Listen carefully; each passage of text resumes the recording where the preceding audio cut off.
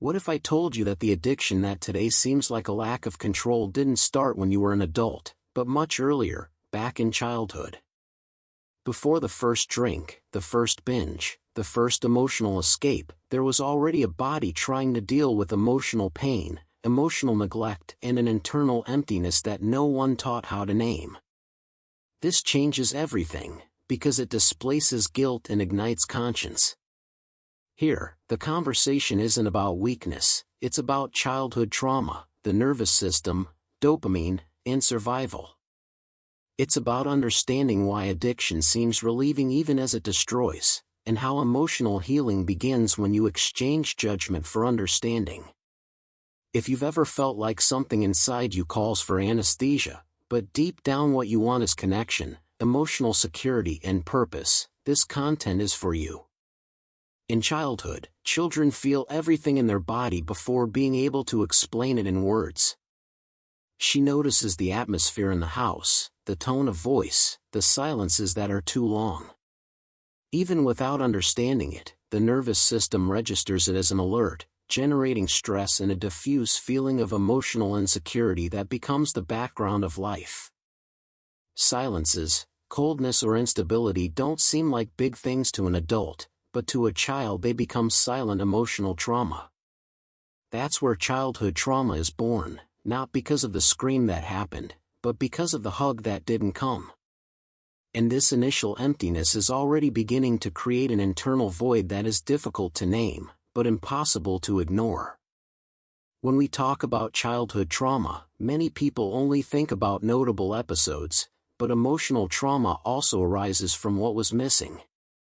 Emotional neglect, not being seen, heard or validated, teaches the child that feeling is dangerous or useless, even if no one has ever said it out loud. This lack of acceptance profoundly shapes the nervous system. The body learns to live in constant alert mode, as if something is always about to go wrong. Over time, stress becomes a pattern, emotional pain becomes normalized, and the child grows up thinking that living tense, empty or disconnected is simply normal. Faced with emotional trauma and emotional neglect, the child does not question, he adapts. To survive, it creates strategies that make sense in that context, being too perfect, too small or too noisy. It's not a conscious choice, it's the nervous system trying to ensure some kind of emotional security. Perfectionism becomes an attempt to be loved, withdrawal protects from rejection, and rebellion acts as a shield against emotional pain. These responses help in childhood, but over time they begin to take a heavy toll. And it is precisely there that the body stores these memories, waiting for a future moment to express them in another way. The problem is that childhood trauma doesn't stay stuck in childhood like an old memory. He grows along with his body, changes his clothes, gets a job, but continues to be there, acting behind the scenes. That emotional pain that was never welcomed starts to manifest itself as chronic tiredness, nameless anxiety or sadness that seems to have no reason. In adult life, this often appears as an internal void that is difficult to explain.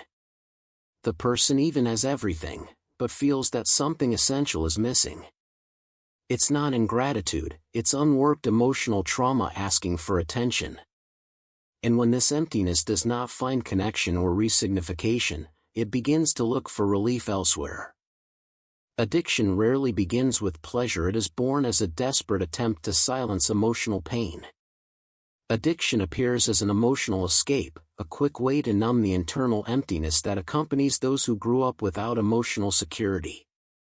It's no exaggeration to say that, for a few minutes, it seems to bring relief and the brain learns quickly. Substances, food, excessive work, social networks, or chaotic relationships act as temporary anesthesia. They promise rest, but charge high interest.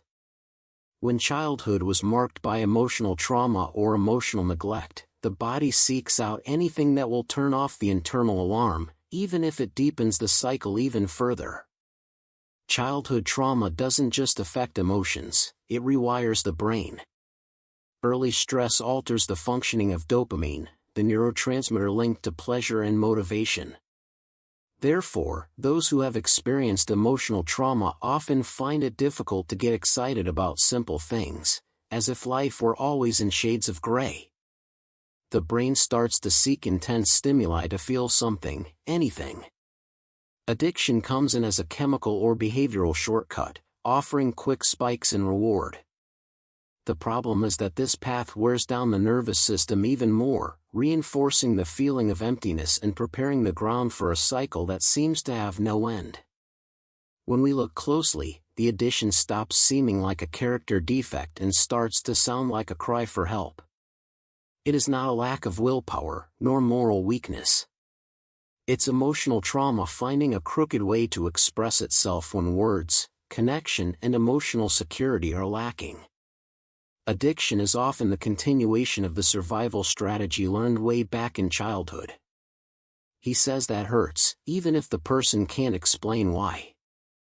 Understanding this changes everything, because it opens up space for self-compassion and begins to prepare the ground for something new, not a fight against oneself, but a more honest listening to one's own pain. The good news is that the brain is not a sentence, it is a process. Thanks to neuroplasticity, what was shaped by childhood trauma, constant stress, and emotional neglect can indeed be remodeled. The nervous system learns new ways when it begins to experience emotional security, even if little by little. Small practices already make a difference: predictable routines, conscious breathing, therapy focused on emotional healing, and even readings like The Body Guards the Marks, by Bessel van der Kolk. Each safe experience sends a new message to the brain: the danger has passed. And this message, repeated, opens space for different choices in the next step. Emotional healing does not happen in isolation, it happens in encounter. It is in secure connection that the nervous system begins to relax and trust again. Being listened to without judgment, without rushing to make amends, is already a powerful antidote to emotional trauma and old emotional pain. This can start in simple places: bonding-based therapy, a support group, a friendship where you can be whole. When there is emotional security, the body learns that it no longer needs to run away. And little by little, self-compassion replaces self-criticism, paving the way for more conscious choices. Emotional healing does not happen all at once, nor does it follow a straight line. It is born from small daily choices: sleeping a little better, saying no when the body asks for limits, reducing stimuli that feed addiction and increase stress. It sounds simple, but for a nervous system shaped by childhood trauma, this is an act of courage. Here, persistence is worth more than perfection. A conscious step today is worth more than a grandiose promise tomorrow. Creating new habits activates neuroplasticity and teaches the brain that there is another way of living, without so much emotional escape. And when this practice becomes routine, something begins to change inside, making room for the next level. When the internal emptiness begins to lose strength, something new asks for space: purpose. Not that grand ideal of a film, but a meaning built on a daily basis, in small deliveries and conscious choices. Emotional trauma loses ground when life regains direction, even if there are still difficult days. Purpose serves as a silent antidote to addiction. It doesn't eliminate the pain immediately, but it gives you a reason not to run away from it all the time. Whether learning something new, helping someone, creating, writing, or caring, each meaningful action reduces the need for addiction and strengthens the reframing of one's own story. Breaking cycles begins when someone decides to look at their own childhood trauma with more awareness and less guilt.